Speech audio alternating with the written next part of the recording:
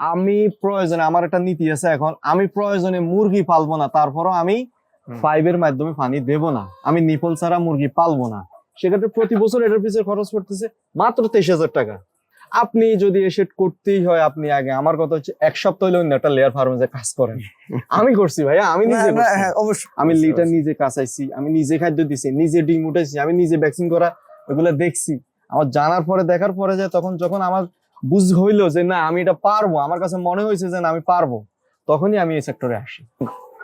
আমি এখানে আমার কাছে যারা এখানে আসে বা আমার সাথে যদি কেউ পরামর্শ নিতে চায়, সেক্ষেত্রে আমি সরাসরি আপনাকে 2-3টা পয়েন্ট বলবো। আপনি এগুলা থেকে যদি বিচ্যুত হন, আপনি এই সেক্টরে টিকতে পারবেন না। আচ্ছা আচ্ছা। আর যদি এই সেক্টরটা যদি আপনি ফলো করেন, যে 2-3টা টিপস যদি ফলো করেন, তাহলে আমি ইনশাল্লাহ আশাবাদী যে আপনি কখনো হারাবেন না এই সেক্টর থেকে। আসসালামু আলাইকুম সম্মানিত দর্শকবৃন্দ, আজকে আছি আমরা কুমিল্লার লাকসাম জেলায় একটি খামার ভিজিট করতে আসছি। আমরা আজকে খামার সম্পর্কে, ওনার প্রায় 6,000 মতো মুরগি আছে, আরো ভবিষ্যতে পরিকল্পনা করতেছে, ওনার আইডিয়া গুলো আমরা শুনবো। খুব মাশাআল্লাহ খুব সুন্দরভাবে উনি ফার্মিং করতেছে, বাকিটা ওনার কাছ থেকে জানার চেষ্টা করব। ভাই আপনার নামটা কি? মোহাম্মদ কামরুজ্জামান মিলন। প্রতিষ্ঠানের নামটা কি? Popular egg layer farm. আচ্ছা, আপনার মোট কতগুলা মুরগির খামার আছে? আমাদের এই মুহূর্তে 6,000 রানিং আছে, 6,000 2,000 আরো নতুন করে অ্যাড হচ্ছে, তাহলে 8,000-এর মতো জি, হলো আপনার। বুঝতে পারছি। কত সাল থেকে লেয়ার খামার ফার্মিং করতেছেন? আমি 2018 সাল থেকে। 2018 সাল থেকে। জি। এখন তো ডিমের বাজার খুবই ডাউন, লাভ হচ্ছে না লস হচ্ছে, কি অবস্থায় আছে? না, এই মুহূর্তে এখানে লাভ হবে না। এই যে বাজার এখন, আজকে বাজার অলমোস্ট 60 টাকার নিচে প্রায়। এই বাজারে আমি না কোনো বাংলাদেশে মনে হয় না যে কোনো খামারি লাভে আছে, এটা বলা যাবে না। কমপক্ষে 9 টাকা 10 টাকা হলে ওটা ঠিক আছে। কিন্তু মানে আপনার কি মনে হয় কি কি কাজ করলে লসটা কমানো সম্ভব, পাশাপাশি লেয়ার খামার পাশাপাশি বা করলে? এখানে আপনার সবচেয়ে বড় হচ্ছে যে আপনার মুরগি সুস্থ থাকতে হবে। এই বাজারে যদি এখন যদি আপনার মুরগি যদি অসুস্থ থাকে, আপনার যেই লস তো আপনি হবেনই, আপনি আরো ডাউনে যাবেন। প্রোডাকশন রেটটা ভালো থাকলে অবশ্যই আপনার ম্যানেজমেন্টটা ভালো থাকতে হবে। প্রোডাকশন রেটটাকে আপনাকে সবসময় 90+ রানিং রাখতে হবে। সেটার এই পর্যন্ত যদি আপনি ঠিক রাখতে পারেন, তখন হয়তো বা কিছুটা হলে আপনি স্ট্রাগল করে টিকে থাকা সম্ভব। আপনার কেমন আছে প্রোডাকশন? মুরগির সপ্তাহের বয়স বা এগুলো কেমন আছে?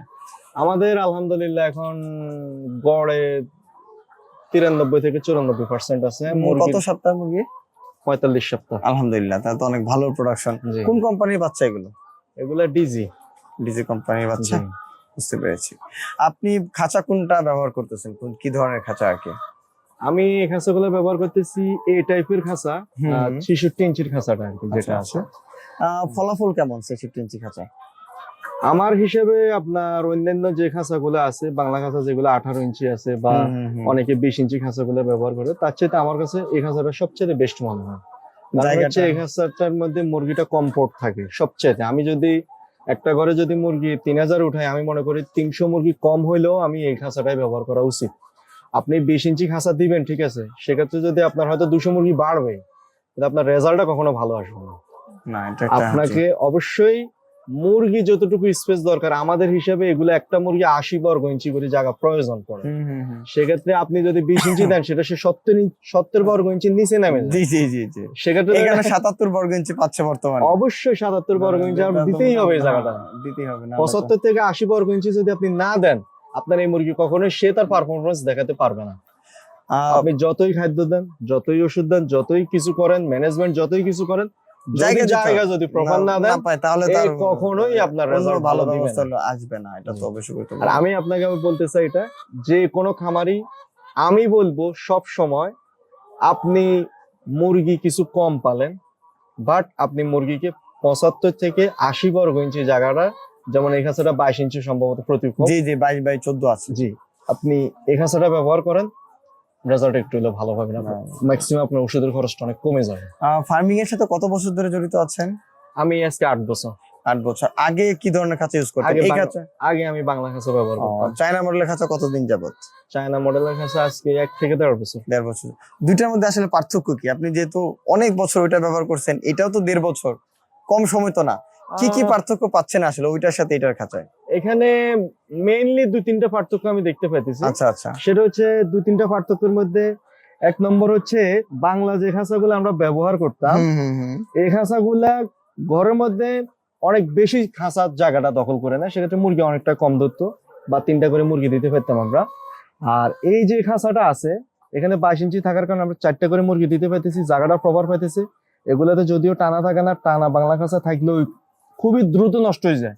আপনি একটা বেশ কমপ্লিট করতে পারবেন না টানাগুলা দিয়ে, আমার মনে হয় না, জং ধরে যায়, ওটা আপনার সমস্যা হয়ে যায়, নষ্ট হয়ে যায়, মরিচা খুব দ্রুত চলে আসে।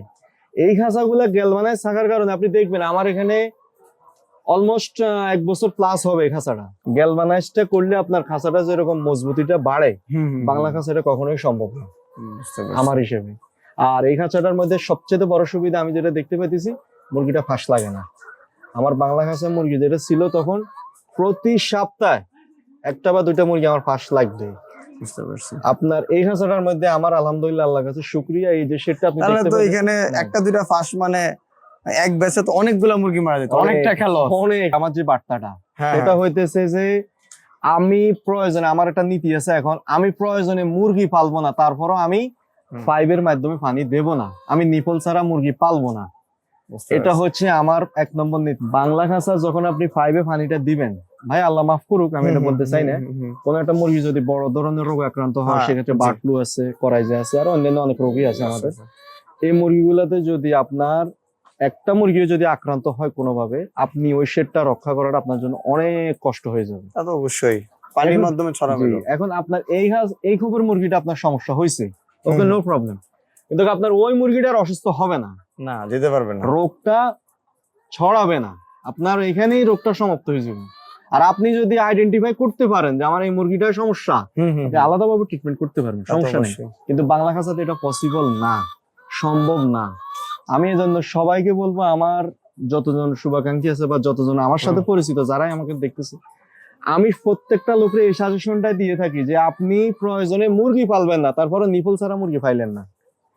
ঠিক আছে। আমাদের বাংলাদেশে শুধুমাত্র, আমি এখন যেটা দেখতেছি, আপনি বিশ্বাস করবেন কিনা জানি না, আমার মনে হয় শুধু বাংলাদেশে এভাবে 5 এর মধ্যে মুরগি পালে, 4 ইঞ্চি। বাইরের দেশে কোথাও নাই। না, আপনি ইন্ডিয়া যান, আপনি পাকিস্তানে যান, আপনি যেখানে যান, কোথাও আপনি এটা দেখবেন না নিপল ছাড়া কেউ মুরগি পালে। আমাদের বাংলাদেশের মানুষ একটু হুজুরে বাঙালি, তো এটা সমস্যা আছে। একজনে শুনছে যে এটা সমস্যা, পানি তৃপ্তি করে খাইতে পারে না, আর ভাই তৃপ্তি করে যদি নাই খাইতে পারে, আমরা তো আজকে 5-6 বছর ধরে পালতেছি, আমরা তো দেখতেছি না, আমাদের মুরগি তো 100 সপ্তাহ প্লাস যায়, আমাদের তো এরকম কোনো সমস্যা হয় না। আর অবশ্যই নিপলটা একটু ভালো মানের দেওয়ার চেষ্টা করবেন, তাহলে নিপেল তো আবার নিপেলটা ভালো হওয়া তো জরুরি, না হলে তো পানি লিক করে, পানি চুয়ায় না। তবে আপনাদের আবার একটা কাজ ভালো, আপনারা প্রত্যেকটা পাইপের মধ্যে যেরকম আলাদাভাবে গ্যাস পাইপ দেন, এটা অনেক খামারে আমি দেখছি যে দেয় না। আমি অনেকের খামারে দেখছি যে এরা এখান থেকে এখান থেকে ওইখানে নিয়ে ডাইরেক্ট একটা পাইপের মধ্যে গ্যাস পাইপটা দিয়ে দেয়, বাট এক্ষেত্রে একটু সমস্যা হয় আলাদা।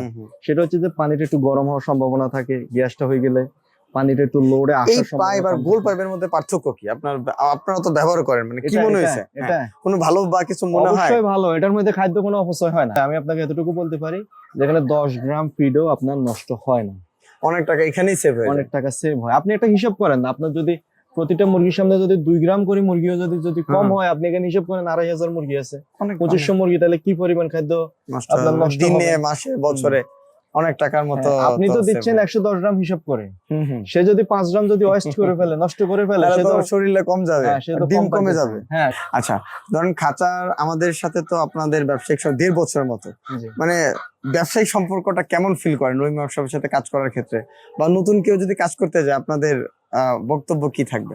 আমি এতটুকু বলতে পারি, এটা নির্ভরযোগ্য প্রতিষ্ঠান, যে সময় দেওয়ার চেষ্টা করেন খাঁচাটা, আলহামদুলিল্লাহ ওই সময় আপনারা দিয়ে থাকে, কাজ কারবার আপনাদের সাথে করা যায়। যেখানে প্রথমে আমি মাত্র 20 ইউনিট খাঁচা দিই শুরু করছি, 1500 খাঁচা আনা হয়েছে, এবং আমার আশা আছে সেটা হচ্ছে যে আমি তো আপনাকে বললামই যে আমি আরো কিছু শেড বাড়াবো। কন্ট্রোল শেডের কথা উনি চিন্তা ভাবনা করতেছেন, বা আরো আধুনিক কিছু প্রযুক্তিগত কাজ উনি করতে চাচ্ছেন, তো সেটা আমরা দেখলাম আজকে এসে এখানে আর কি। নতুন কেউ যদি এই সেক্টরে আসতে চায়, তাদের জন্য কি বলবেন? আমি এটা বলতে পারি যে আপনি যদি এই চিন্তাটা করে যদি এই সেক্টরে আসেন, যে আমি 2 বছরের ভিতরে পয়সা আলা হয়ে যাবো, অনেক টাকা লাভ লাগবে, অনেক টাকা লাভ লাগবে আমার, না মুখে তো বাড়ি করে ফেলছে, গাড়ি করে ফেলছে এই ব্যবসা দিয়ে, না, আপনি অন্যের দেখা দেখি আসবেন না। আপনি কমপক্ষে 5 থেকে 7 বছর একটা পরিকল্পনা নিয়ে আসবেন, সেক্ষেত্রে তখন আমি এই জায়গাটাই দেখতে চাই। আপনি আগে 5-7 বছর একটা পরিকল্পনা করার পরে আসেন, এই মুরগিটা সম্পর্কে বোঝার চেষ্টা করেন। আমি এমনও অনেক খামারিকে চিনি, সত্যি কথা বলতে কি ভ্যাকসিনের নামই জানে না, ভ্যাকসিন কখন দিতে হবে এটা জানে না।